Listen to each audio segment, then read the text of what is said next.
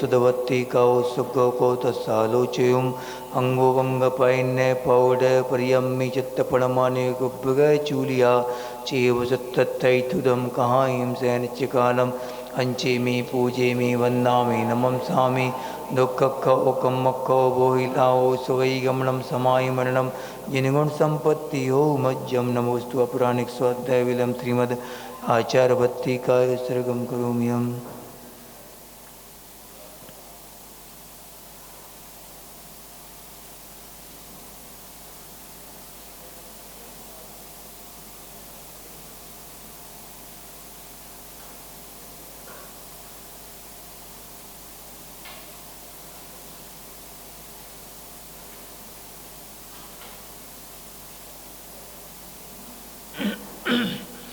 स्वचरदिपार्गेभ्यः स्वपरमति विभावना पठमतिभ्यः स्वचरितपोनिदेभ्यो नमो गुरुभ्यो गुणगुरुभ्यः छत्तीस गुण समग्रे पंचदेहाचार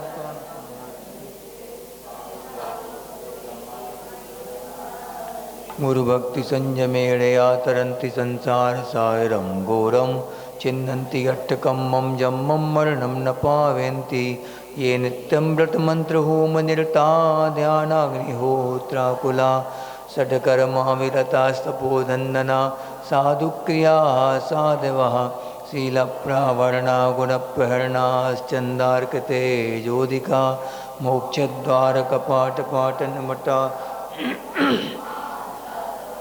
गुरुवः पान्तु नो नित्यं ज्ञानदर्शननायका चारित्राणो गंभीरा मोक्षमार्गोपदेशका इच्छावन्ते आरभत्ते काओ सुगौ को तस्सालोच्यं सम्मनानि सम्मदन सन सम्मचरयुक्ताणं पंचविहाचारणम् आर्याणम् आयारादि सुदनानोपदेशनवज्जायाणं तीरन्गुणपालनयाणं सब्बसाहूलं स नित्यकालम् अंचेमि पूजेमि वन्दामि नमं स्वामी दुःखको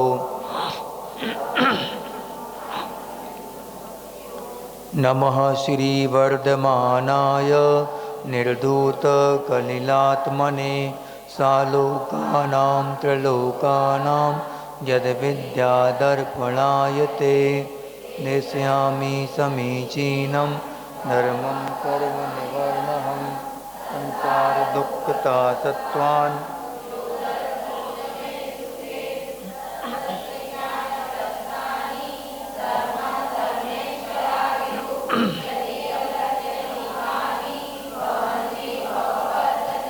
श्रद्धाना परमार्थानां मप्तागं तपोभृतां त्रिमूलापूर्णमष्टाङ्गं सम्यक् दर्शनमस्मयम् आप्तेनो छिन्नदोषेण सर्वज्ञेनागमेशिना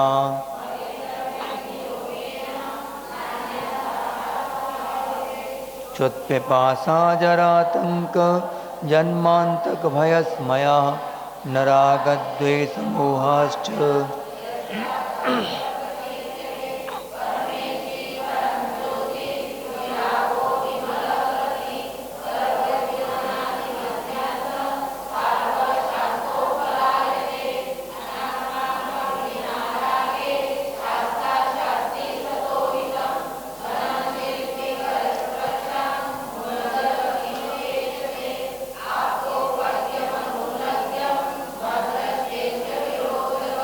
तत्तोपदेशकृतसार्वं शास्त्रम्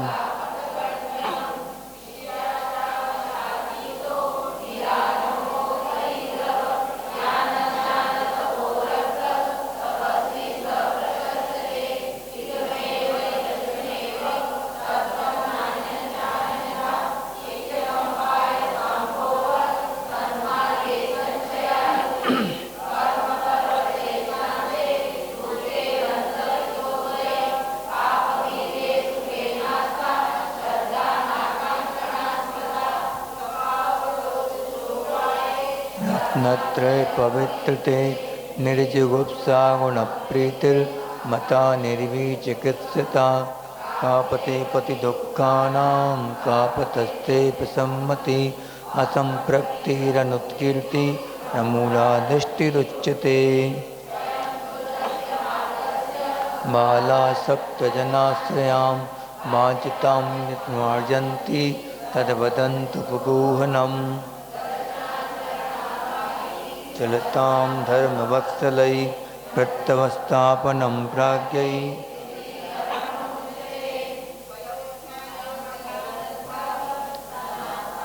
इति कैतवा प्रतिपत्तिर्यथा योग्यम्।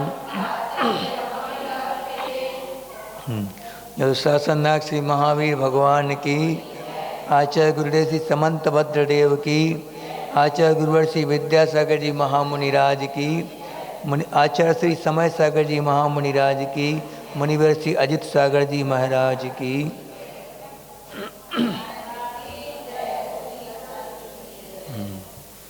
कल अपन ने वात्सल्य अंग को बहुत गहराई से समझा था। इसका मतलब कैसा बताया था हमने कि सुयुत्या ने अपने साधर्मी जनों की, हाँ बस 2 बच्चे मिल गए, बस शुरू हो गया काम। अकेला खेल रहा था और शांत खेल रहा था वो। हाँ तो सुयुत्या ने अपने कैसे करना, अपने यूथ यानी अपने समूह के साधर्मी जनों के प्रति कैसे भाव रखना। सनाथा पेत कहतवा, सनाथा यानी कि जो कैसा हो, जिसका मायाचारी से रहे, सरलता से रहे तो मायाचारी से रहे, ऐसा वात्सल्य रखना। किसके समान उदाहरण दिया था? गाय बछड़े के समान। जैसे गाय अपने बछड़े पर बिल्कुल कोई स्वार्थ नहीं रहता उसका, कोई सहारा नहीं बुढ़ापे का, तब भी उसको उम्मीद भी नहीं रहती कि हमारी मदद करे। वो करता भी नहीं है कभी, अपन देखते हैं कभी भी, तो तब भी वो कितना ज़्यादा, थोड़ा सा भी उसके ऊपर आपत्ति आती है तो सिरे से तक लड़ने वो तैयार हो जाती माँ यानी गाय। इतना ज़्यादा उन दोनों में प्रेम वात्सल्य रहता। तो ऐसा किसके प्रति? साधर्मी के प्रति। तो कैसा रहता सम्यक दृष्टि का लक्षण? क्या बता दिया इसमें कि अपने लिए तो, अपने दुखों के लिए तो वो कैसा हो जाएगा? वज्र के समान कठोर रहेगा सम्यक दृष्टि। हमारे ऊपर कोई दुख है तो बिल्कुल कैसा शांत रहेगा वो। कुत्ते बड़ी आपत्ति आ जाए सम्यक दृष्टि के ऊपर, वो किस प्रकार? शीतल जल में, ठंडे जल में पड़े हुए घी के समान, बिल्कुल अपने आप को शांत रखेगा बिल्कुल वो। और दूसरे के ऊपर अगर कोई आपत्ति आए तो उसके दुख दूर करने के लिए वो पूरा प्रयास करेगा, पिघल जाएगा बिल्कुल, कैसे मक्खन की तरह पिघल गया वो। ऐसा रहता सम्यक दृष्टि की निशानी है ये। अपने लिए तो वज्र के समान कठोर रहेगा, लेकिन दूसरे के लिए थोड़ा सा भी कांटा भी लग जाए किसी के हो, मान लो जीव को, तो उसके अंदर करुणा का झरना बहने लगे, इतना वो कहलाता सम्यक दृष्टि। इसे कौन सा भाव कहेंगे? कारुण्य भाव और प्रमोद भाव। प्रमोद भाव पता है ना, वही 4 मिले 64 खिले वाला, यानी ज्ञानी ज्ञानी जीव से कैसे मिलता है, इस प्रकार उनका मिलाप होना चाहिए। गुणियों को, गुणीवानों को देख के और अंदर से बिल्कुल हर्ष आए बिना रहे ना, बाहर बाहर नहीं, अंदर से भी वो प्रमुदित हो जाए उसके गुणों को देख के कि आज हमें अच्छा एक व्यक्ति मिल गया, एक हमारे माने जो जिन धर्म का पालन करने वाला है ऐसा व्यक्ति। और जो जिन धर्म से दूर हैं, जो बुरे आचरण करने वाले मिथ्या दृष्टि जीव हैं, क्रूर व्यक्ति हैं, उनके प्रति देख के कभी चिड़चिड़ाहट नहीं होती। सम्यक दृष्टि को उनसे चिढ़ता नहीं, बल्कि उनके प्रति और करुणा आ जाती है। क्यों? क्योंकि ये जिन मत से दूर है, अब इसको सच्चाई का कोई भी भान नहीं है। ये पीछे आने वाले, पता है नियम? नहीं पता? पता है। तो जिन शासन से जो दूर होते हैं उनके प्रति क्या भाव करना कि भगवान इनको भी सही दृष्टि प्राप्त हो जाए, इनकी दृष्टि भी समीचीन बन जाए, इनको कब सम्यक दर्शन हो और ये कब जिनेंद्र भगवान के मार्ग में आगे बढ़कर अपना कल्याण कर पाएँ, इनको कैसे सम्यक दर्शन प्राप्त हो जाए। आचार्य से पूछा किसी ने, महाराज जी ने पूछा था कि महाराज जी इन लोगों को देख के, अदर कास्ट के लोगों को देख के आपके मन में क्या भाव आते? कभी चिड़चिड़ाहट होती कभी कि आपको देख के, कभी कभी वो गुस्से में भी देखते हैं, कभी कभी मैंने गाली गलौच भी कर देते हैं, तो कैसे भाव करना चाहिए इनको देख के? तो आचार्य जी ने बहुत अच्छी बात बोली। उन्होंने बोला कि जैसे हमें सम्यक दर्शन प्राप्त हो गया ऐसे उनको भी प्राप्त हो जाए, ऐसी भावना उनको देख के हमेशा उनको आशीर्वाद दो। तब भी यही भाव रखो कि भगवान ये भी जिनेंद्र भगवान के शासन को समझ सकें, क्योंकि ये शासन कैसा है, व्यक्ति विशेष का नहीं है। जो भी व्यक्ति अपने अंदर गुणों को धारण करेगा वो व्यक्ति सम्यक दृष्टि कहलाएगा। गुणवान व्यक्ति हमेशा आगे जो बढ़ेगा और अहिंसा के मार्ग में, सत्य के मार्ग में, अचोर के मार्ग में, ब्रह्मचर्य के मार्ग में जो भी व्यक्ति आगे बढ़ेगा वो व्यक्ति सम्यक दृष्टि होगा, जिन्हें भगवान के शासन में आगे बढ़ेगा वो। ऐसे भाव उनके प्रति करना चाहिए अपन को हमेशा। उनको अगर वो चाहें सुनना तो उपदेश भी क्या दें उनके लिए। अगर मिथ्या दृष्टि जीव कोई है तो उनको क्या उपदेश दें, बढ़ जा। उनको उपदेश ये दें कि कैसे अपन कुलाचार को आगे बढ़ाएं, कैसे अपनी अहिंसा को और ज़्यादा अपन विस्तृत कर पाएँ, कैसे हिंसा से दूर हो जाएं, क्योंकि हिंसा के कारण ही सभी दुखों की आमंत्रण हिंसा है। एकमात्र हिंसा एक ऐसी चीज़ है जो सभी दुखों को आमंत्रित कर देती। एक हिंसा ले लो तो पूरे पाप, पूरे व्यसन सब कुछ उसी में आ जाएंगे, हिंसा के लबस। हम लोगों के भी या आप लोगों के भी जो मूल गुण या जो होते ना, क्या कहते महाव्रत और अणुव्रत, उनमें मूल में क्या है, अहिंसा। सबसे बड़ी अहिंसा है, उसकी रक्षा करने के लिए बाकी के चार हैं। मूल में क्या है, अहिंसा। ठीक है, माने अहिंसा कहलाया। द्रव्य कोई मान लो हीरा रखा है, अब हीरे की सुरक्षा के लिए चारों ओर से खम्भे गाड़ दिए गए, यानी 4 महाव्रत और हो गए उसके। बाकी मूल में क्या कहलाई, अहिंसा। उसको सुरक्षित रखना, उसको धक्का लगा तो सबके सब महाव्रत धरे रहते, फिर एक तरफ सबके सब नष्ट हो जाएंगे, अहिंसा को धक्का लगा तो। इसलिए अहिंसा मूल है। कोई भी धर्म के ऊपर कोई झुकाव किसी का होता है तो वो पहले उसके सिद्धांतों को समझता है कि उसके सिद्धांत क्या हैं, उसके जो मूलभूत बेस क्या है उस धर्म का, तो वो समझेगा कहाँ से, शास्त्रों से उसके या गुरुओं से। और शास्त्रों में अगर हिंसा भरी पड़ी है तो फिर क्या होगा उसका, कितना ही आप अहिंसा का उपदेश दो, लेकिन मूल आपके जो ग्रंथ हैं, अब आपके आचार्यों को जो लिखे हुए वो क्या कह रहे हैं, उनको देखा जाएगा। और जैन धर्म में कहीं भी आप कोई भी ग्रंथ उठा के देख लो, कहीं भी हिंसा का समर्थन कहीं से कहीं तक हो नहीं सकता। कोई ऐसा ग्रंथ बता दो जिसमें रात्रि भोजन का समर्थन कर दिया गया हो, मांस खाने का समर्थन किया हो, है कोई ग्रंथ? एक केंद्रीय जीव के घात का भी समर्थन नहीं किया कहीं पे। ये नहीं कह रहे कि आप लोगों के लिए केंद्रीय हिंसा छूट है, कर सकते खूब, नहीं, ऐसा नहीं, करनी पड़ती है, उसके बिना काम नहीं चलेगा।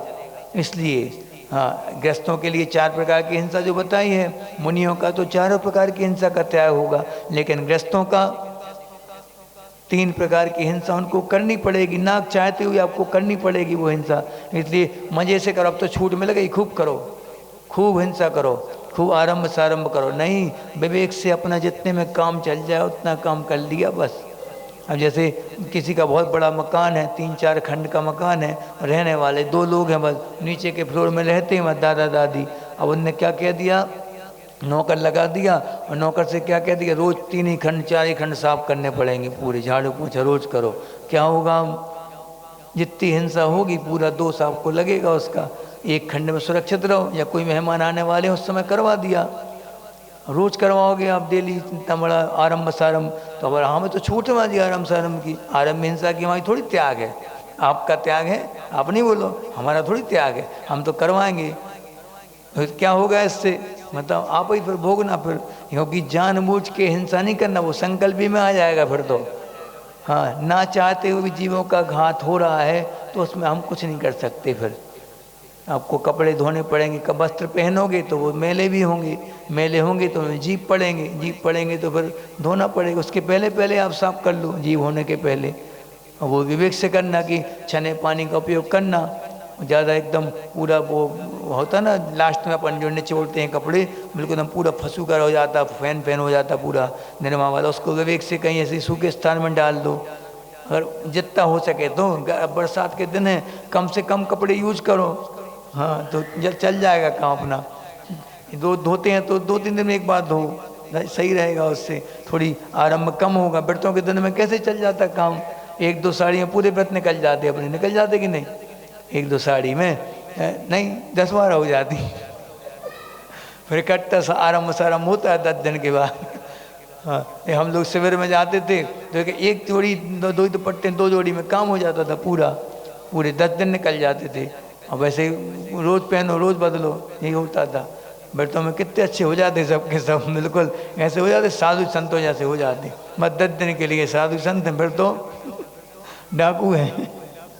हाँ, ऐसा नहीं, 10 दिन खूब नियंत्रण किया, 10 दिन का उपवास किया, बाद में बिल्कुल जो मिला सो वो खा लिया, जैसा मिला जब मिला जहाँ मिला सब खा लिया पूरा। ऐसा नहीं, ऐसे 10 दिन के संत नहीं बनना अपन को।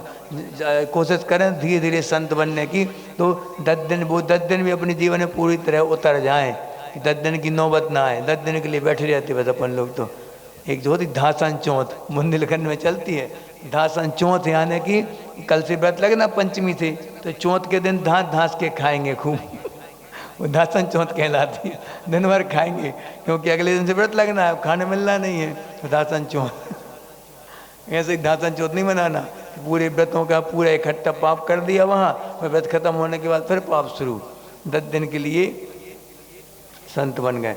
यहाँ पे अब बता रहे कि सम्यक दृष्टि जीव जो होगा आरंभ सारंभ से बच के रहेगा, और दूसरों के ऊपर कोई आपत्ति आएगी तो पूरी यथाशक्ति वो उसको प्रयास करेगा उसको दूर करने के लिए।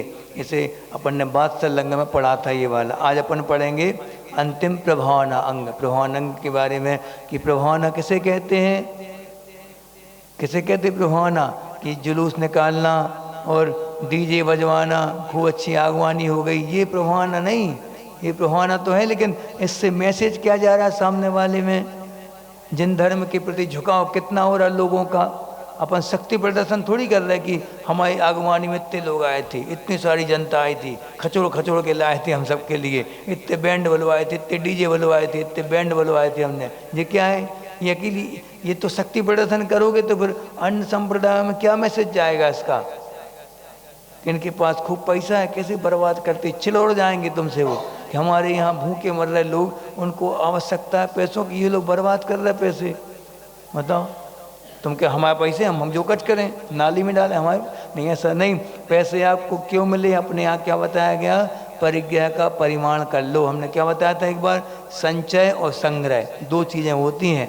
संचय यानी समीचीन रूप से, चय माने छोड़ना, इकट्ठा तो करना लेकिन छोड़ने की कला मालूम होनी चाहिए, तब तो संचय करो। और संग्रह माने समीचीन ग्रहण करते जाना, बस ग्रहण करते जाना, छोड़ने का काम ही नहीं वहाँ। समुद्र क्या करता है, समुद्र क्या करता, छोड़ता नहीं कभी, बस लेता जाता, भरता जाता पेट अपना, बस वो क्या है, संग्रह कहलाता। और संचय कौन करता है, बादल संचय करते हैं, जहाँ आवश्यकता हुई वहाँ छोड़ते जाते हो। जो व्यक्ति ऐसा करेगा उसके आसपास का वातावरण शानदार रहेगा। जैसे जहाँ डैम बनता ना, डैम अगर संग्रह करता जाए तो क्या होगा, फट जाएगा, वो विस्तार समाप्त हो जाएगा उसका सब काम। लेकिन अगर छोड़ेगा नहीं तो, और छोड़ता है तो वहाँ की हरियाली अलग दिखती है, वहाँ की खेती किसानी, वहाँ के व्यापार उन्नत होंगे, सब कुछ वहाँ पे उन्नत, सब कुछ बिल्कुल क्या दिखेगा, बिल्कुल उन्नति करता हुआ हर एक चीज़ दिखेगी वहाँ पे, क्योंकि वहाँ पे बांध बना था। बांध ने क्या किया, समय पे छोड़ा, अपने जल के लिए छोड़ा, तो वहाँ उन्नति दिखेगी। नहीं छोड़ेगा तो फिर विध्वंस होगा, नाश कर देगा, वो कितने गाँवों को तबाह करता जाएगा पानी। वो पानी को संग्रह करना ठीक है, लेकिन संचय करना जरूरी है। संचय जो है ना, छोड़ते भी जाना वो बहुत आवश्यक है। अकेला संग्रह ठीक नहीं, संचय भी होना चाहिए। महिला मंडल की जो बनती हैं तो उनमें फंड इकट्ठा भी होता होगा, होता है, फंड नहीं होता, पैसे की बात नहीं कर रहा है। हाँ तो हम मना नहीं कर रहे, उसका फंड इकट्ठा हो, लेकिन जिसको आवश्यकता हो वहाँ पैसा वो लगना चाहिए। ठीक है, संग्रह का मना नहीं करें, कर लो, लेकिन संचय के साथ संग्रह होना चाहिए। ठीक है, अब यहाँ पे बता रहे कि प्रभावना अंग क्या है, कि कैसे हम देवसात गुरु की प्रभावना करें, जिन धर्म की, अहिंसामय धर्म की प्रभावना कैसे करें कि जो मिथ्या दृष्टि जीव जो हैं वो भी सम्यक की ओर आगे आने को तैयार हो जाएं आपके साथ। ऐसी चर्या चलें, ऐसे कार्य करें हम अपने जीवन में कि हमारे द्वारा कई लोगों को, अगर नहीं मार लो, नहीं भी अपन किसी को खींच पा रहे अपनी ओर, तो कम से कम अपने लोग दूर तो ना हो, इतना तो कम से कम रखें कि प्रभावना नहीं कर पा रहे तो अप्रभावना तो अपने द्वारा ना हो, ऐसा ध्यान रखो। अच्छा जी कहते थे कि प्रभावना नहीं कर पा रहे कोई बात नहीं, लेकिन अप्रभावना से बचना चाहिए। यहाँ प्रभावना अंग का स्वरूप बता रहे हैं, अज्ञान तिमिरव्याप्ति, तिमिरव्याप्ति, अज्ञान तिमिरव्याप्ति, तिमिर नहीं बोलना, तिमिरव्याप्ति, क्योंकि ये संयुक्त अक्षर है ना, वा और या मिलके व्या बना, तो यहाँ पे संयुक्त अक्षर जहाँ भी आएगा, क्योंकि ये काव्य रूप में है, तो काव्य रूप में जहाँ भी संयुक्त अक्षर आएगा वहाँ रुक के, जैसे भक्तामरप, भक्तामरप प्रणत मूली मणि प्रभाणा, ऐसा पढ़ते। तो क्यों, क्योंकि वो संयुक्त अक्षर आता, प्रा जो है संयुक्त अक्षर है, यहाँ पे व्याप संयुक्त है, तो क्या पढ़ेंगे, अज्ञान तिमिरव्याप्ति, तिमिर नहीं तिमिर व्याप्ति मपाकृत्य यथायतम जिन शासन महात्म्य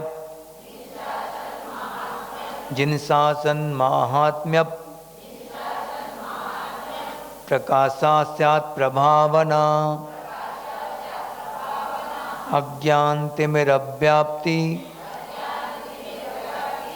फिर तिमिर बोला अज्ञान तिमिर व्याप्ति मपाकृत्य यथायतम जिन शासन माहात्म्य प्रकाशा स्यात् प्रभावना। पढ़ो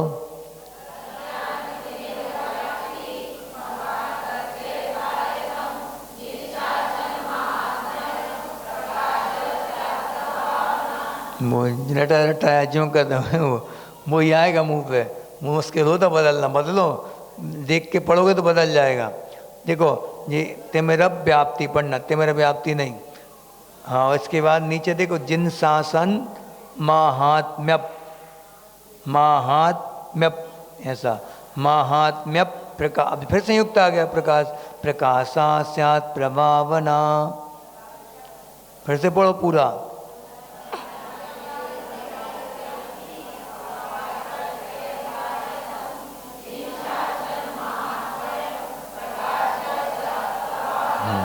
हम देखो यहाँ बता रहे प्रभावना किसे कहते, अज्ञान तिमिर व्याप्ति, यानी अज्ञान रूपी तिमिर यानी अंधकार, अज्ञान रूपी अंधकार से व्याप्त, अज्ञान रूपी अंधकार के विस्तार को या व्याप्ति को, जितना फैला हुआ अज्ञान अंधकार। अज्ञान अंधकार क्या कहलाता, किसे कहेंगे अज्ञान अंधकार? या जिनको तत्वों के बारे में कोई ज्ञान नहीं है, देवशास्त्र गुरु के सच्चा स्वरूप नहीं मालूम है और मिथ्या का पोषण में लगे हुए दिन रात, जो वो कहलाता अज्ञान। अज्ञान अपना भी है, ऐसा नहीं कि आप लोग अज्ञान से दूर हो गए हों, ऐसा तो है नहीं। अज्ञान कई प्रकार का होता, आगे अपन पढ़ेंगे मूर्ताओं के बारे में, तो तुम खुद कहोगे महाराज जी हम लोग क्या क्या करते रहते। लोक मूर्ताएं हैं कई प्रकार की, जैसे एक राजा गौरी था, कौन सा नाम नहीं आ रहा है उसका यार, उसके शासन में क्या नियम था, अब वो बाद में पढ़ेंगे अपन, ठीक है, वो प्रसंग बाद में आएगा। कौन सा, जब मूर्ताओं के बारे में आएगा लोक मूर्ता, तब अपन ये प्रसंग निकालेंगे, बहुत सुंदर प्रसंग है ये। तो यहाँ पे बता रहे अज्ञान रूपी अंधकार के विस्तार को अपाकृत, अपाकृत यानी हटाकर, अलग करके, दूर करके, यथाक्रमम यानी अपनी शक्ति के अनुसार, यथाशक्ति, जिन शासन महात्म प्रकाशा यानी जिनेन्द्र भगवान के शासन का महात्म को प्रकाश करना, प्रकट करना, उसके लिए जिनेन्द्र भगवान के शासन को और आपके सिद्धांतों को प्रकट करना। प्रभावना स्यात् यानी प्रभावना अंग कहलाता है, स्यात् यानी है, ठीक है। तो क्या अज्ञान तिमिर व्याप्ति यानी अज्ञान रूपी अंधकार को, विस्तार को, अज्ञान रूपी अंधकार के प्रचार को अपाकृत यानी हटाकर, दूर भगाकर, यथाक्रमम अपनी शक्ति के अनुसार, जिन शासन महात्म्य प्रकाशा यानी जिनेन्द्र भगवान के शासन के महत्व को प्रकट करना, प्रभावना अंग है। प्रभावना स्यात्, स्यात् यानी है। तो कैसे कि पूजा तप आदि के विषय में भी कि पूजा किसकी करनी चाहिए, जिनके ऊपर वस्त्र हैं उसकी पूजा होगी क्या, चाहे वो आरिका हो, चाहे एलक छुल्लक हो, चाहे कोई भी हो, उनकी पूजन होगी क्या? हाँ सीधी बात, जहाँ पे दिगंबरत्व होगा वहीं पे पूजन होगी। हाँ तो ये बता रहे कि ऐसे इनके विषय में जो अज्ञानता फैली है समाज में, उसको दूर करना। और कितनी सारी भ्रांतियाँ फैली रहती समाज में, किसको पूजना, कई कई बार अपन लोग भी उसमें बह जाते भ्रांतियों में कि सुबह सुबह जल चला दो सूरज को देख के, जबकि किसने नमस्कार कर लो सूरज के लिए, पूर्ति हो जाएगी अपनी। जिन किसी का मान लो दर्शन का नियम है कि जिनेन्द्र भगवान के दर्शन करके ही हम अन्य जल ग्रहण करेंगे, तो कहते हमने सूरज को देख लिया था महाराज जी। अरे तो क्यों सूरज में तुम्हें दिखे कुछ, क्या भगवान दिखे थे? किसको दिखे थे भगवान सूरज में? चक्रवर्ती को दिखे थे, भरत चक्रवर्ती। मनुष्यों में सबसे उत्कृष्ट अगर इसका चक्षु इंद्री का विषय होता है तो किसका होता है? चक्रवर्ती का होता है। और वो भी कब देख पाता है? जब संक्रांति के दिन संक्रांति के दिन, मकर संक्रांति के दिन क्या होता है कि वो सूरज और पृथ्वी के बिल्कुल निकट आ जाता, सूरज बिल्कुल अंतिम कक्षा में आ जाता, वो लास्ट वाली कक्षा में, वहाँ से बिल्कुल साफ दिखता था। उसके लिए चक्रवर्ती को दिखेगा, आप लोगों को नहीं, अपने अपने अपना विषय बनना ही नहीं, वो चक्रवर्ती का विषय बनेगा उसके लिए। तो वो उसको देख के और वहाँ पे उसने जल छोड़ा था, उसको ऐना में रख के प्रतिबिंब में, और उसको उसके ऊपर जल छोड़ा था चक्रवर्ती ने। तो तब से वो जल चढ़ाने की प्रथा चल गई। हाँ, सुबह सुबह सब लोग सूरज की ओर देख के और लोटा ढार देते। वो क्या है, जब से परंपरा चल गई वो, ये क्या कहलाई, भ्रांतियाँ कहलाई। आपको दिख रहे हैं क्या वहाँ? दिखेंगे तो फिर बात ज्योतिषी देवों में है तो वो, जिनका जिन बिंब दर्शन का नियम है वो तो फिर जिन बिंब के दर्शन करेंगे तभी उनका माना जाएगा। मुनियों के दर्शन तक में नहीं माना जाएगा उनका। और जिनका नवदेवता का नियम है अगर पूजन का, दर्शन का, तो नवदेवता में फिर जिन चैत्य भी आ जाता, दिन धर्म भी आ जाता, शास्त्र भी आ जाएंगे आपके, सब आ जाएगा। उनकी पूजा करके, उनको नमस्कार करके पूर्ति कर सकता, अगर जिनका नव देवता का नियम है तो। और पंच परमेष्टि का नियम है तो फिर साधु परमेष्टि की पूजन करके वो अपने व्रतों की पूर्ति कर लेगा, ऐसा होता है। लेकिन जिनका जिनेंद्र भगवान के दर्शन का नियम है, जिन बिंब का, तो जिन बिंब यानी प्रतिमाओं का, उनका जब तक दर्शन नहीं करोगे तब तक आपका नियम पूरा नहीं माना जाएगा। इसलिए नियम वो सोच समझ के लिया करो। हाँ, दृढ़ता हो तो लो नियम, नियम लेते तो क्योंकि परीक्षा तो होती फिर नियम लेने के बाद। तो फिर यहाँ पे हम बता रहे हैं कि कैसे अज्ञान रूपी तिमिर को व्याप्त है जो संसार में, उसके भ्रांतियों को समीचीन रूप उपायों से दूर करना। अब उपाय कौन कौन से उपाय हो सकते हैं उसमें? जैसे महावीर जयंती का जुलूस निकलता है, तो जुलूस निकलता तो उसमें सात्विकता होनी चाहिए, लेकिन बिल्कुल जैसे जुलूस में कई बार दिल्ली वगैरह में निकलते थे, पहले ही हमने देखते थे हम, तो कैसे निकलते थे कि झांकियाँ रहती थी, बड़ी बड़ी झांकियाँ, और झांकियाँ में उत्तम क्षमादि 10 धर्मों के बारे में बताएंगे, या फिर बाली मुनि की कथा उसमें दिखा देंगे, या उपसर्ग विजेताओं की कथा दिखा देंगे, सुकुमार मुनि की कथा। तो उससे लोग देखेंगे, आकर्षण बढ़ेगा उनका कि इनके कैसे समता के साथ मुनिराज सहन करते उपसर्ग, धन्य जिन शासन। ऐसा अन्य संप्रदाय में मैसेज क्या जाना चाहिए उस जुलूस का, उस कार्यक्रम का, कि उसमें जैसे अभी तुम लोगों ने वो किया था, आगवानी करी थी हम लोगों की, तो उसमें क्या था, हमें तो एक चीज़ साल लगी उसमें बस। कौन सी? जब वो चौराहे पे हुआ था ना, जब गाय और शेर बना है वहाँ पे, और वो पानी पी रहा है वहाँ पे, महावीर स्वामी बने थे, तो गाय और शेर एक घाट पे पानी पी रहे। वो क्या था, अहिंसा का सिद्धांत प्रतिपादित हो रहा था वहाँ पे। उससे मैसेज क्या गया लोगों में कि कितना इनका धन्य इनका शासन, की अहिंसा की कितनी प्रधानता है इन लोगों में, और अपनी चर्या के माध्यम से अपन प्रभाव न कर सकते। एक व्यक्ति, एक सम्यक दृष्टि जीव चाहे तो हजारों सम्यक दृष्टियों को अपनी तरफ आकर्षित कर सकता है, हजारों मिथ्या दृष्टियों को सम्यक दृष्टि बना सकता है एक सम्यक दृष्टि जीव, अगर अपनी चर्या का पालन वो सही तरीके से करे तो।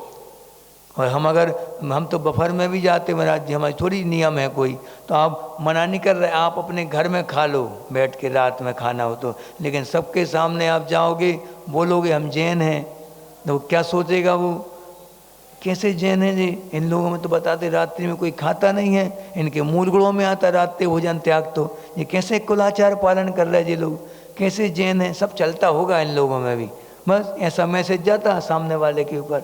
आपकी एक एक क्रिया जो व्यक्ति देख रहा है वो क्या सोचता है, पूरे के पूरे समुदाय के बारे में सोचेगा वो, आपके बारे में नहीं।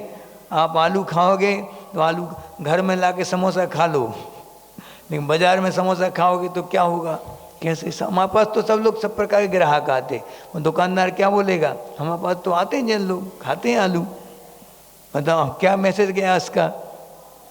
जबकि एक बहुत बड़े एक व्यक्ति थे, एक बहुत बड़े पद पर रह चुके भारत के वो, तो उनने क्या बोला था, उनने बोला था कि सूरत में जब प्लेग फैला था, जब बहुत बड़ी मात्रा में फैला था, लाखों लोग मरे थे उस प्लेग की चपेट में, कई लोग आए थे। तो वहाँ पे सूरत में एक कॉलोनी थी, वो जैन कॉलोनी थी, वहाँ पे जैन पूरे जैन परिवार थे, 50-100 घर थे वहाँ पे। तो वहाँ जैन परिवारों के बीच में एक ब्राह्मण परिवार था उनका, जिनके जैन महापुरुष थे ना, उनकी घटना है ये। तो उस जैन परिवार ने, उस जैन परिवार के बीच में रह के उस ब्राह्मण परिवार ने भी क्या सीखा था कि पानी छान के पीना, बातचीत नहीं, पानी छान के पीना उसने सीखा था ब्राह्मण परिवार ने, तो कपड़े से छान के पानी पीते थे वो लोग भी। और कौन सा कपड़ा, आर पार ना देखे सूर्य का प्रकाश, जैसे कपड़े का वो छान के पानी पीते थे। तो उनने अपने संस्मरण में लिखा था ये वाली बात। उनसे पूछा गया कि आपका परिवार चपेट में क्यों नहीं आया, प्लेग की चपेट में क्यों नहीं आया। वह क्या उन्होंने बताया अपने उस कारण कि वहाँ जो सिटी की सबसे बड़ी जो टंकी थी सप्लाई करने, वाटर सप्लाई वाली टंकी, उसमें एक बहुत बड़ा कुत्ता मर गया था एक, तो वो कई महीनों तक सड़ता रहा उस टंकी में डला डला, वो उसी को टच करके पूरा पानी भरता था रोज़, वो पूरा सप्लाई होता था। तो उसके कारण पूरा इतना भयंकर प्लेग फैला था पूरे सूरत में। तो वो जो वायरस जो थे उसके टंकी में जो जीव हो गए थे, उनके वायरस मात्र कैसे रुकते थे, वो फर्टिलाइजर से कुछ नहीं रुकते थे, वो रुकते थे मात्र कपड़े के छन्ने से बस। आप सोचो, प्लास्टिक की छन्नी से नहीं, कपड़े के छन्ने से वो जीव रुकता था बस मात्र वो। बाकी और किसी कहाँ नहीं फैला, वो जैन कॉलोनी में नहीं फैला, क्योंकि वहाँ पे कपड़े से छान के पानी उपयोग करते थे वो लोग, तो अंदर जा नहीं पाया वो जीव, वो वायरस, तो वहाँ पे फैल नहीं पाया। बाकी लाखों लाशें बच गई थी पूरी रोडों पे, इतना भयंकर मात्रा में प्लेग फैला था उस समय। तो उनने अपने संस्मरण में लिखा था, उनने शर्मा जी थे कोई, अब नाम नहीं बता रहा, पूरी जानकारी ले लेंगे फिर बता देंगे आपके लिए। तो उन्होंने लिखा था कि उस कॉलोनी में जब हम पहुँचे तो वहाँ पे जैनों को देख के उनके संपर्क में आके हमारी माँ ने सीख लिया था क्या कि पानी कैसे छानना। तो वैसे वो छानते थे, और छानते तो, और वो जीव कैसे रुकते थे उस छने हुए पानी, कपड़े के छन्ने से बस रुकते थे बस जीव वो। और बाकी पूरा वायरस पूरे शहर में फैला वो वायरस, मात्र जैनों में नहीं फैला था, क्योंकि उस समय के जैन जो थे कपड़े से छान के पीते थे। आज के जैन नहीं, आप तुम लोग तो ठीक हो, घर ही में रहते ना, आपके बच्चे, आपके पतिदेव कैसे हैं वो जाने, भगवान जाने, बाजार में क्या क्या खाते पीते रहते हैं, वो कौन कौन सी दुकान पे मुंह मारते रहते हैं, वो जाने। तो फिर ऐसी ये पहचान थी जैनों की कि जहाँ जैन अपने जेब में छन्ना लेके चलते थे, लोटा छन्ना रस्सी, इनकी पहचान थी कि जहाँ भी जैन जाते थे लोटा छन्ना रस्सी निकाल के और पानी छान के पीते थे, उनका नियम था ये। ऐसा प्रभावना होती थी, समझ जाते थे देख के कि जैन साहब आ गए, टोपी लगाए और धोती दुपट्टा पहने, जैन साहब आ गए, उनका नियम रहता था। कभी अन्याय अनीति से धन नहीं कमाते थे। आज भी आप इंदौर में जाएंगे, कभी इंदौर में एक नाम चलता है, अभी भी सिक्का चलता है, किसके नाम का, सर सेठ हुकुमचंद जी, नाम सुना है, सुना ना नाम, जैनों की शान कहलाते थे वो। इतने बड़े दानवीर थे कि उनकी खाली गाड़ी भी हो, उनका नंबर प्लेट चलता था उनका अलग से, तो उनकी गाड़ी निकल जाती थी जिस रोड पे से, वहाँ फांसी की सज़ा, किसी की मान लो फांसी की सज़ा हो रही हो तो फांसी की सज़ा माफ़ कर दी जाती थी तुरंत। इतना उनका रुतबा था जैन साहब का। किसका? सर सेठ हुकुमचंद जी का। उनके कॉलेज, उनके मेडिकल, उनके इंस्टीट्यूट, इतने सारे लोगों को, लाखों लोगों को रोज़गार दिया, अभी तक उनमें रोज़गार पा रहे लोग। क्यों? क्योंकि उनके अंदर क्या थी, दया क्षमा की भावना कूट कूट के भरी गई थी। उनकी माँ ने उनको संस्कार शुरू से दिए थे, ये वाले संस्कार कि कुछ भी हो जाए हमें अपने जीवन में, तुम्हें पैसा मिला है पुण्य प्रताप से, तुम्हारी पीढ़ियों से जो कमाई चली आ रही, धन चला आ रहा है सेठ परंपरा से, उस सेठ परंपरा को जीवित रखना है, तो वहाँ तो सबका कल्याण करते जाना। और इस कल्याण से क्या होता था कि पहले कुल सब जैन धर्म में परिवर्तित हो जाते थे। इनके अंदर ऐसी करुणा है। हम जब पाठशाला पढ़ाते थे, वहाँ पे कई बच्चे ऐसे आते थे, वो हमसे बोलते थे कि महाराज जी हम जैन सिद्धांत में हम बहुत प्रभावित हुए हैं इनसे और इनके सिद्धांतों से। हमारे घर में हम जब देखते हैं इतनी हिंसा होती है, इतने व्यसन होते वहाँ पे कि महिलाएं सबसे ज़्यादा असुरक्षित अगर होती हैं तो अदर कास्ट में बहुत ज़्यादा असुरक्षित महसूस करती है अपने आप के लिए। वहाँ कोई मर्यादा का ध्यान नहीं, सबके नहीं बोल रहे, कुछ परिवार में तो बहुत अच्छे से करते पालन वो, लेकिन अधिकांश परिवारों में क्या हाल है, व्यसनों में पड़े हुए हैं, ड्रिंक करते, वहाँ पे खूब व्यसन में अत्याचार, खूब अत्याचार होते महिलाओं के ऊपर वहाँ पे खूब। वहाँ तो मात्र भोग विलास की वस्तु माना जाता महिलाओं के लिए, जबकि जैन दर्शन में महिलाओं के प्रति इतनी पवित्र सोच होती है कि वो भी स्त्रीत्व के सबसे ऊंचे शिखर तक पहुँच सकती, प्रतिमाओं का पालन करके आर्य का आदि बन सकती वहाँ जाके। वो ये इतनी पूज्यता कहाँ आ जाती है। जैन दर्शन एकमात्र एक ऐसा दर्शन है जहाँ पे साध्वियों के लिए और शिखर तक पहुँचाया जाता है, बिल्कुल महाव्रतियों के समान माना जाता है उनके लिए, मुनियों के समान आदर मिलता है उनके लिए। कौन है वो? आरिकाएँ रहती। ऐसी प्रभावना, ऐसा सिद्धांत अगर उनको मालूम पड़े तो वो भी इस तरफ बढ़ें। अब आपको मालूम हो सिद्धांत तो आप बताएं दूसरों के लिए। सिद्धांत जो ज्ञाता होगा, जो स्वाध्याय जिसका अच्छा तगड़ा होगा, वो व्यक्ति क्या, वो हमेशा जब भी बात कोई निकलेगी जैन दर्शन की तो वो बिल्कुल पूरी दृढ़ता के साथ अपनी बात रखेगा सबके सामने। और जितनी दृढ़ता के साथ बात रखी जाएगी उतनी मानी जाएगी, फॉलो की जाएगी बात। वो ऐसे ऐसे काम जैसे कई लोग हॉस्पिटल वगैरह भाग्योदय है अपने आचार्य जी ने खुलवाया, गौशालाएँ हैं, और चिकित्सा के क्षेत्र में कितने, पढ़ाई के क्षेत्र में कितने सारे इंस्टीट्यूट खुले हैं। एक बालचंद इंस्टीट्यूट है वहाँ पे सोलापुर और कोल्हापुर में है। इतना बड़ा इंस्टीट्यूट है वो कि वहाँ अदर कास्ट के कई बच्चे पढ़ के अपना भविष्य बनाया सबने। कितने श्वेतांबर आदि भी कई क्षेत्रों में आगे हैं। जीओ के कई उनके इंस्टीट्यूट चलते हैं जो IPS IAS ऑफिसर बनाते हैं। ऐसे कितने सारे, ये क्या है, प्रभावना के अंग हैं सब। अज्ञान को दूर करके, और कैसे विधान आदि जो होते हैं उनमें किमिच्छिक दान होता है। किमिच्छिक दान क्या कहलाता? चक्रवर्ती जो आपकी जो इच्छा हो सो मांगो, वो किमिच्छिक दान कहलाता। उसमें क्या होता कि जैसे जिसको जो भी मिल जाए, रत्न आदि बांटते हैं, सोने चांदी की सिल्लियाँ फेंकेंगे वहाँ पे, लेकिन इतनी कुवत तो हो, कुवत के अनुसार फेंकेंगे। अब वस्त्र कम्बल के ढेर लगा दी वहाँ पे, जो ले जाना ले जाओ। वस्त्रों के नए नए कपड़ों के ढेर लगा दिए, साड़ियों के ढेर लगा दिए, आपकी जो इच्छा हो सो ले जाओ यहाँ से उठा के, वो किमिच्छिक दान कहलाता। ऐसा दान से क्या होती, जिन शासन की प्रभावना होती कि जैनियों में कितना ज़्यादा महत्व इन सब चीज़ों का। अकेला डीजे बजवा दिया, बैंड फड़वा दिए, हो गया काम। ऐसी प्रभावना नहीं, ऐसी प्रभावना बस फ्लैक्स लगवा दिए, हो गया काम। कौन सिद्धांत पे मुनि आज हमारे चलते हैं, केस लॉन्च आदि कैसे करते हैं, इनकी सबकी प्रभावना, इनकी बात और समाजों के बीच में आनी चाहिए कि हमारे साधु 24 घंटे में एक बार भोजन करते हैं, बीच में पानी भी नहीं पिएंगे, और बाल आ जाए तो उसमें अंतराय करेंगे। ऐसी अगर जिन शासन की प्रभावना करना तो ऐसी करो, दिखाओ लोगों के बीच में वो सब चर्याएँ मुनियों की। वीडियो दिखाओ वो वाले, वो तो दिखाएंगे नहीं। और हमारा डांस कैसे हुआ, हमारी मंडल की साड़ी, ये हमने ऐसे डांस किया था, हमने ऐसे प्रस्तुति करी, ऐसे गरबा खेला था वहाँ पे जाके, ये दिखाएंगे। इसमें प्रभावना होगी, अब प्रभावना और होगी। आपके रूप को देख कर मोहित और होंगे लोग, और आपके सोने चांदी को देख कर नीयत खराब होगी उनकी, और फिर बाद में वो अत्याचार करेंगे आपके ऊपर, लूट मार करेंगे। क्यों नहीं करेंगे? क्योंकि वो भूखे मर रहे हैं और आप यहाँ ऐश कर रहे हैं।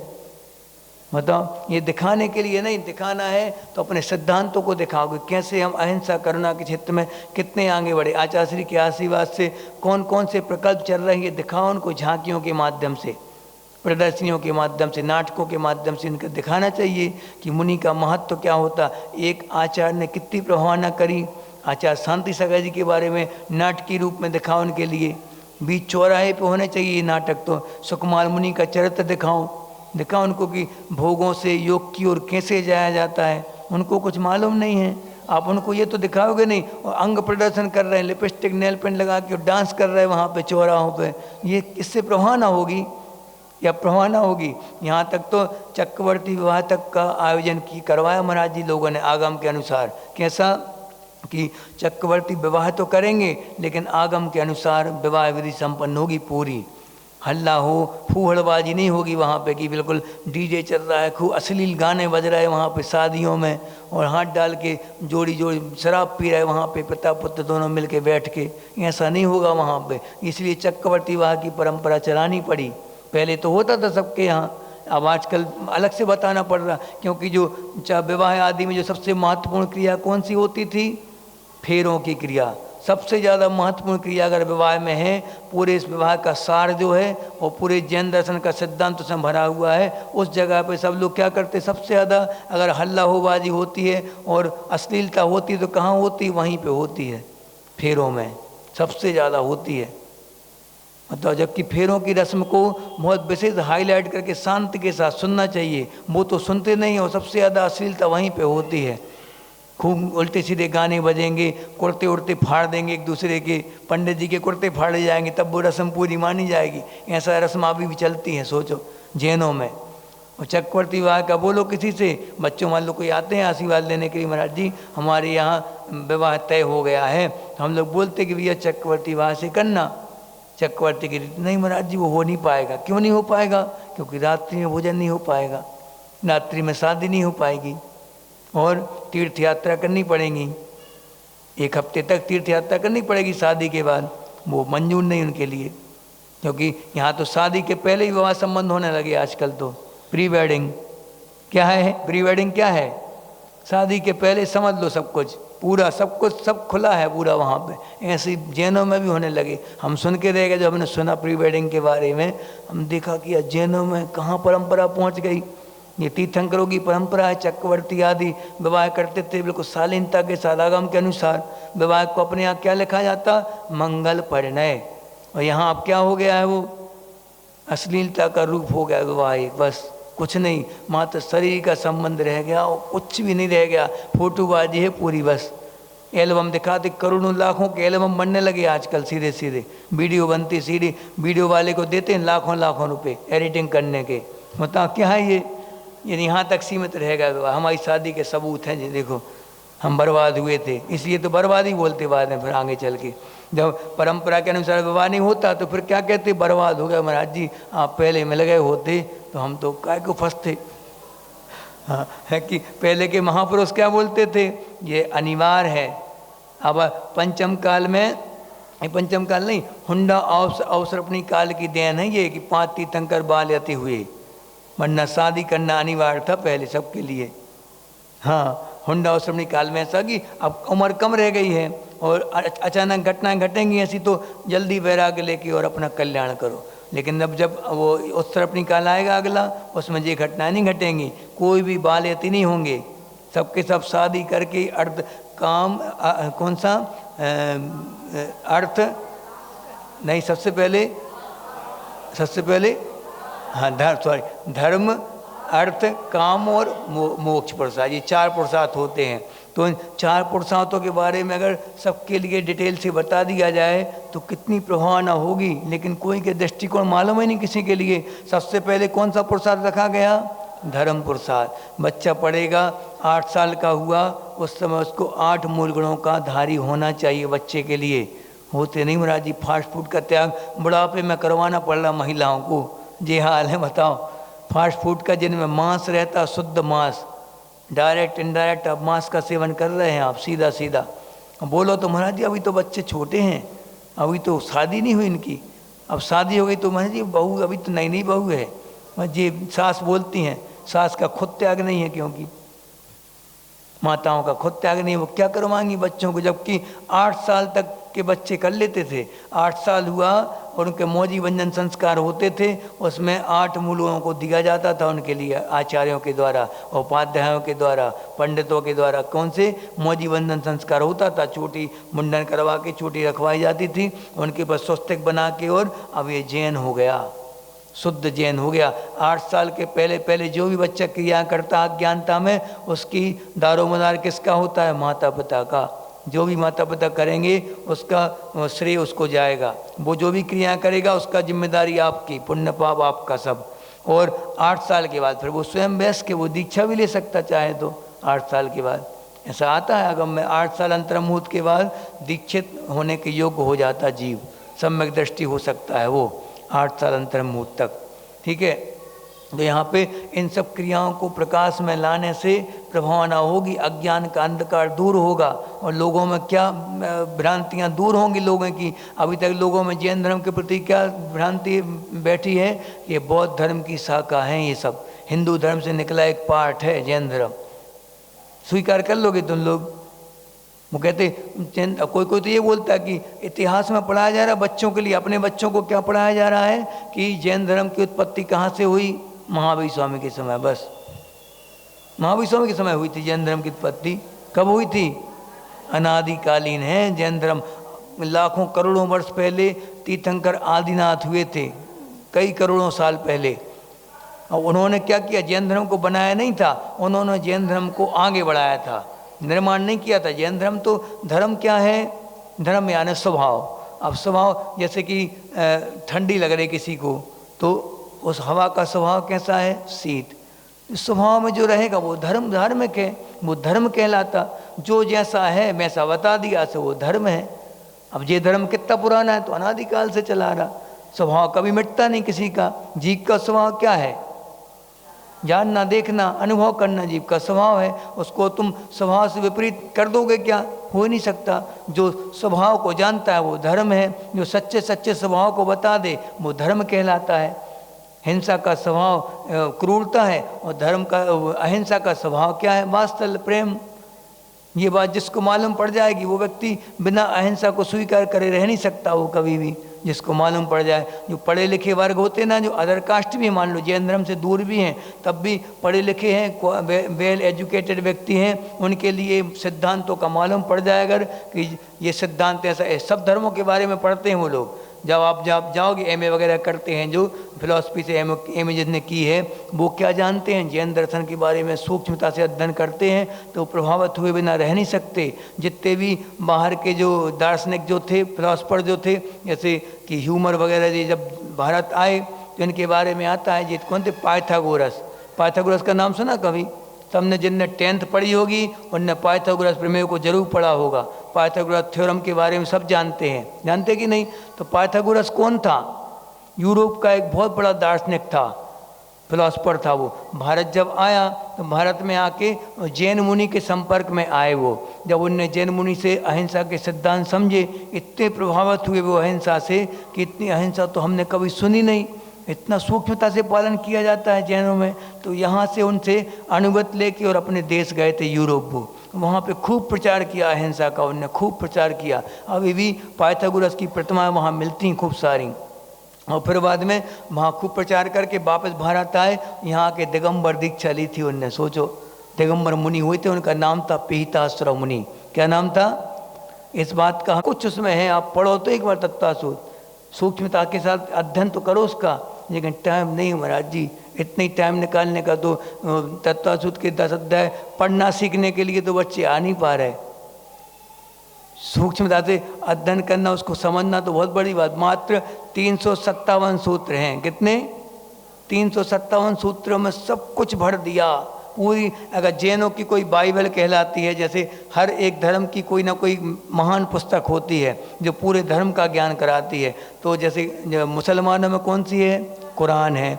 ईसाइयों में बाइबल है, और इनके सिखों में गुरु ग्रंथ साहिब हैं। ऐसे सबके अलग अलग ग्रंथों में, हिंदुओं में वेद हैं। तो अपने यहाँ पे सबसे महान ग्रंथ अगर माना जाता है जिसमें पूरा प्रतिनिधि ग्रंथ है वो जैनों का, तो कौन सा है? तत्वासूत्र। सब कुछ है, हर एक चीज़ है उसमें।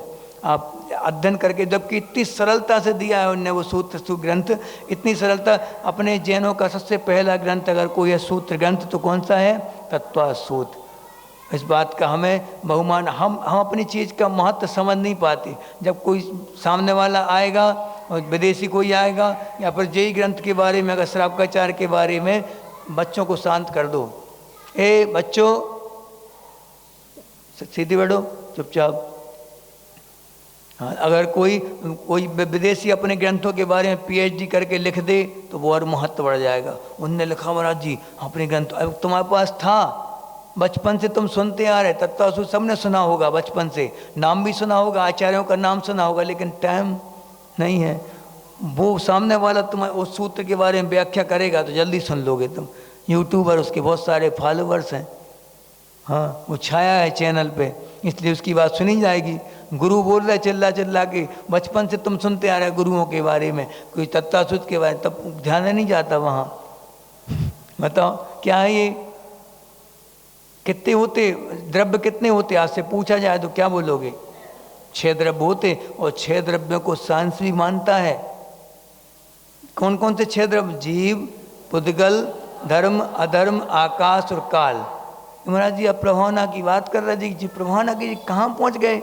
यही तो प्रभावना है कि अपने जैनों के सिद्धांतों को आप रख के देखो तो अपनी भाषा में। मान लो कोई एजुकेटेड बच्चा कोई है, PhD की है, या फिर बड़ी बड़ी शिक्षाएं प्राप्त की डिग्रियां हैं उसके पास, तो वो और अच्छे से रख सकता है युवा पीढ़ी के बीच में अपनी बात के लिए। जो महाराज जी पढ़े लिखे होते, आचार्य ने क्यों पढ़े लिखों को दीक्षा दी? उनने चाहते तो पंडितों को दे देते, बूढ़े वालों को दे देते दीक्षा, उससे कुछ नहीं होना था, बूढ़े वाले जुड़ते। युवाओं को दीक्षा दी आचार्य ने सबसे पहले, क्षमा सागर जी को दीक्षा दी। कौन से क्षमा सागर मालूम है उनके बारे में? क्षमा सागर जी ने एम टेक किया था उस समय जब आदमी स्पेलिंग लिख के नहीं जानते थे एम टेक कैसे क्या कहलाती है एम टेक, उस समय के एम टेक थे वो मास्टर ऑफ टेक्नोलॉजी, उसमें उन्होंने इतनी बड़ी डिग्री प्राप्त की थी। और जब वो आचार्य से प्रभावित हुए थे और दीक्षा ली थी तो इतना युवा वर्ग झूम गया था उनके ऊपर पूरा। इस सागर के सभी लोग कहते थे कि ये क्या है, तुमने क्या देख लिया, इतने तुम एजुकेटेड थे, इतनी शानदार तुम्हारी विचारधारा थी, तुम्हारी जीवन शैली वेल मेंटेन थी, तुमने कैसे ये मार्ग चुन लिया। तो फिर उन्होंने अपनी भाषा में जब जैन दर्शन का व्याख्यान किया, अच्छे अच्छे तुलरम खां उनके चरणों में लौट गए थे उस समय। क्या था, क्या आचार्य सिंह जानते थे कि धर्म की प्रभावना होगी तो किससे होगी, युवाओं से होगी। बूढ़े बालों का जीवन निकल गया, जितना निकलना था हो गया काम। यहाँ पे सभा में जब देखते हैं इतने महान महान ग्रंथों के लिए सुनने के लिए वही बूढ़े बाड़े लोग आते हैं, तो फिर लगता है कि अब कैसे समझाएं उन लोगों को, युवाओं को कैसे आकर्षित कर लें। हमारा बस चले तो घर घर जाके बुला लें, लेकिन मर्यादा अपनी अपनी रहती है, हम क्या कर सकते हैं उसमें, ज़्यादा अपनी सीमाओं में बंधे रहते महाराज जी लोग। तो यहाँ पे अभी देखो, अब विदेशों में, अमेरिका में, यूएसए में, श्रीलंका में और सिंगापुर में कितनी डिमांड है सांगानेर वगैरह के विद्वानों की, इतनी डिमांड है कि बुलाया जा रहा है वहाँ पे लोग।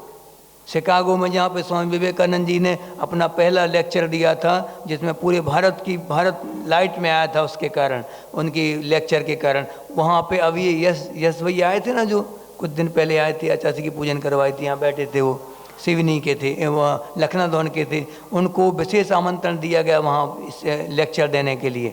जैन दर्शन से पीएचडी करी उनने, तो उनके लिए विशेष आमंत्रण दिया गया वहाँ पे। सोचो, उनका पेपर में नाम आया था कि उसी सभा में बोलेंगे जहाँ पे स्वामी विवेकानंद जी ने अपना भाषण दिया था, उसी सभा में यश भैया बोलेंगे जाके अहिंसा के क्षेत्र में। ये अपन को गौरव नहीं होता है सबको सुन के, उनको लगता नहीं अपन को कभी कि हमारे बच्चे भी हम आगे बढ़ें, उनको हम कैसे और जोड़ें, महाराज जी लोगों से जोड़ें, आगे बढ़ाएं, उनको जैन दर्शन के मूलभूत सिद्धांतों को समझवाएं, उनसे उनको एक एक चीज़ के बारे में खोल के कैसे विस्तृत चर्चा की जाए। ये ऐसे बारे में सोचते नहीं, कभी मन में आता नहीं। महाराज जी वो तो हमने उनको धंधे से लगा दिया, काम पैसे कमाने लगे, शादी कर दी, बच्चे पैदा कर लिए, हुआ काम, हमारा जिम्मेदारी पूरी।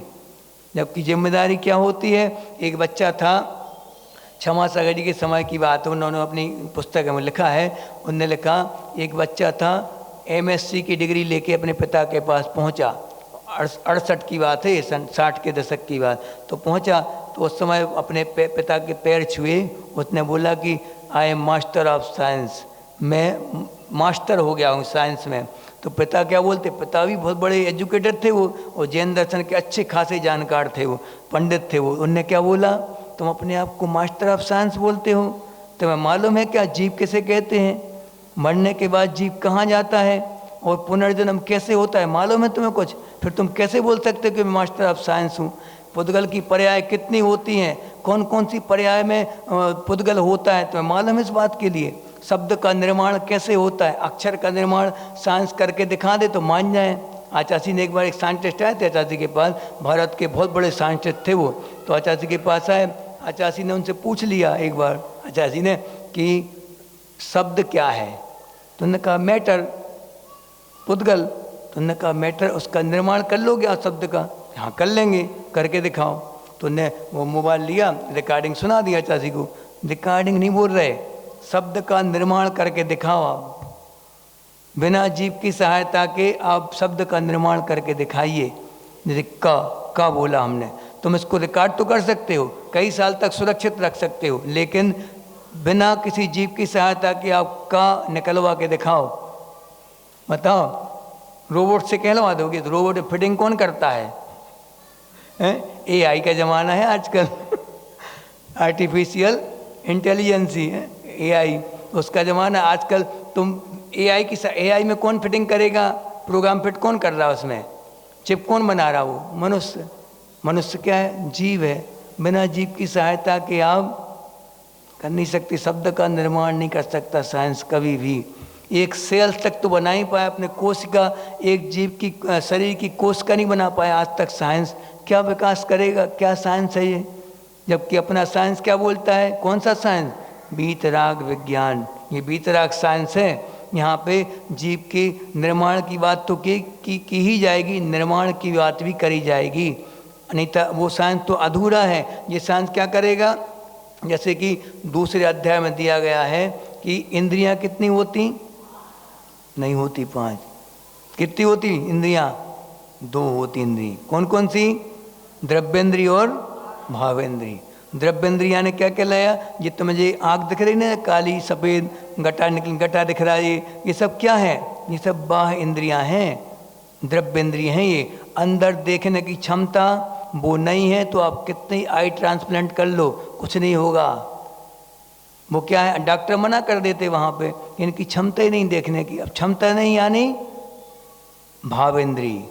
अपने पढ़ो तो उसको, तत्वसूत्र को जो एक बार पढ़ लेगा वो अच्छे साइंटिस्टों के कान पकड़ लेगा। साइंटिस्ट झुक जाएंगे उसके आगे, नतमस्तक हो जाएंगे। कहाँ से सीखा तुमने ये ज्ञान, हमने यहाँ से सीखा, वहाँ तुम पहुँच नहीं सकते कभी।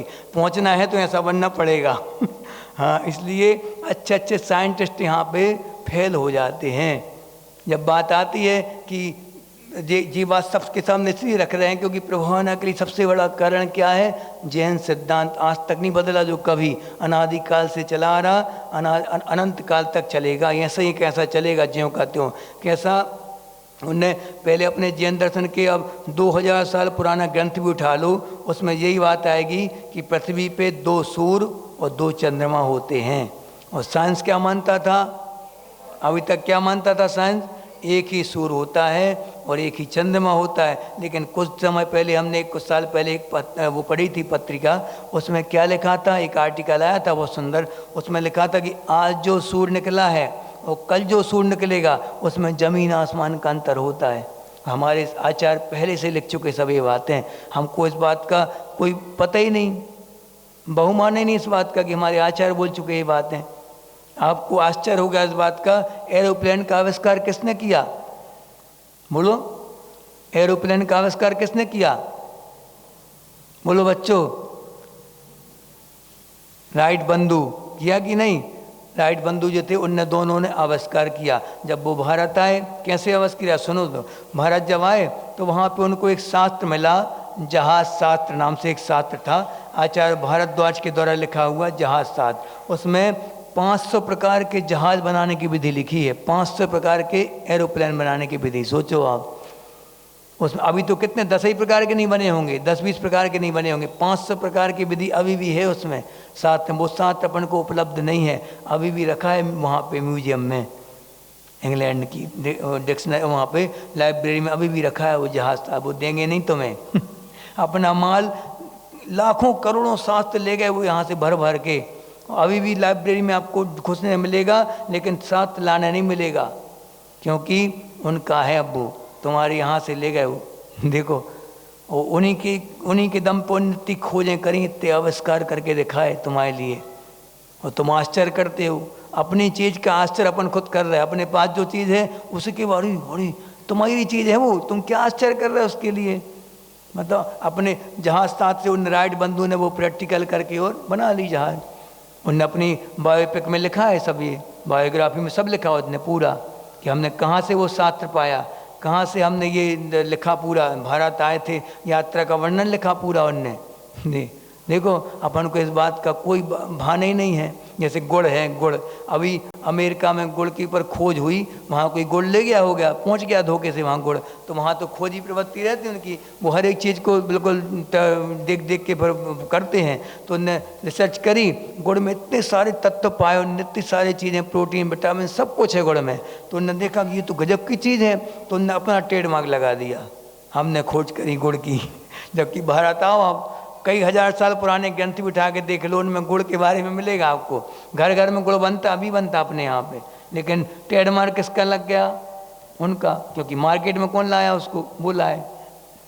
ऐसे अपनी सब चीज़ें खोती जा रही, चली जा रही अपनी। मुनि बचे हैं बस, उनको वो ले नहीं जा सकते वहाँ। वो मुनि बनना पड़ेगा, आहार कौन कराएगा। हाँ, इसलिए वो मुनियों को बस नहीं ले जा पा रहे, बाकी सब तो क्षुल्लक को भी ले जाने लगे आजकल। तो श्रीलंका में कोई चौमासा हो रहा है, कोई क्षुल्लक जी का, पढ़ा था हमने, पढ़ा क्षुल्लक जी का चौमासा श्रीलंका, ऐसे अब जाने लगेंगे। तो मुनि भी जाते थे पहले इजिप्ट तक गए थे कल्याण मुनि कैलोनस के नाम से उनकी समाधि अभी बनी है वहाँ इजिप्ट में। इजिप्ट है यूरोप में, तो वहाँ तक गए थे। लेकिन कैसे गए थे? वो नाव से नहीं गए, वो से गए थे पैदल पैदल विहार करते हुए। पहले भूमंडल जुड़ा था पूरा, अब आजकल वो सीमाएं बन गई हैं, बॉर्डर बन गई। पहले बॉर्डर अभी भी निकाल दो तो भूमंडल बहुत आगे तक मिलेगा अपन के लिए। तो वहाँ तक वो कल्याण मुनि गए थे, किसके साथ? सिकंदर के साथ गए थे। हाँ, सिकंदर ले गए थे उनको। उन्हीं ने तो बोला था कि तुम, सिकंदर ने बोला कि वो जैन मुनि को लेके आ, हमारी माँ ने बुलाया है उनको, हम उनको लेके जाएंगे। तो वो पहुँचे महाराज जी के पास, कहते हैं चलो हमारे सिकंदर ने बुलाया है। किसका सिकंदर? कौन? वो तो हमारे गुलामों का गुलाम है। अरे गुलामों का गुलाम बोल रहा है हमारे बादशाह के लिए? तो बोला उनसे जाके, आपको तो गुलामों का गुलाम बोल रहे वो। अरे हम चलते हैं, सुनो कैसे गुलामों का गुलाम। तो उन्होंने कहा कि तुम किसके गुलाम हो? नहीं, हमारे सब हमारे अंडर में जितने राजा पृथ्वी के हैं सबको मैंने अपने बस में कर लिया है। तो तुम रसना इंद्रिय के बस में नहीं हो, तुम काम इंद्रिय के बस में नहीं हो, तुम 5 इंद्रिय के बस में, मन के बस में नहीं हो, और हम उनके, वो हमारे बस में हैं। तो तुम हमारे गुलामों के भी गुलाम हो तुम। ऐसा जैसे ही कहा नतमस्तक हो गया वो। कौन? सिकंदर। वो कहता है आप हमारे देश में चलो, आपकी बहुत आवश्यकता है वहाँ पे। तो यहाँ से उनको अपने आचार्य की आज्ञा लेके कल्याण मुनि गए थे। वहाँ तक पहुँच नहीं पाए थे, उसके पहले उनकी समाधि हो गई थी, लेकिन गए थे वहाँ तक, पहुँचे थे यूरोप तक। वो यूरोप में ना, उसके पहले कहाँ गए थे, वहाँ पे उन्होंने खूब प्रवाहना करी थी। जितने रास्ते में सबको उन्हें शाकाहारी बना दिया था। मुनि थे वो, छोटे मोटे मुनि थोड़ी थे, विदेश जाने वाले स्पेशलिस्ट मुनि होते हैं। तो उनमें से थे ऐसे अपन भी। और आगे कल भी अपन समझेंगे प्रभावना के बारे में कि हम और कैसे अपनी क्रियाओं के द्वारा, अपने कार्यक्रमों के द्वारा और कैसे प्रभावना करें। मात्र डांस करने से, मात्र अच्छे अच्छे पांडाल लगाने से, कलशों की स्थापना करने से प्रभावना नहीं। उनकी स्थापना क्यों की जा रही है, उद्देश्य क्या है, वो भी सबके सामने आना चाहिए। भाई आएगा तो निश्चित प्रभावना होगी आपकी क्रियाओं के द्वारा, चर्याओं के द्वारा। कल अपन और अच्छे समझेंगे। बोलो भगवान महावीर स्वामी की बोधि समाधि परिणाम शुद्धि स्वात्मोपलब्धि शिव शौक सिद्धि चिंता मणिम चिंतित वस्तुदाने त्वम मंद मानस। आज 4 मिनट ज़्यादा हो गए।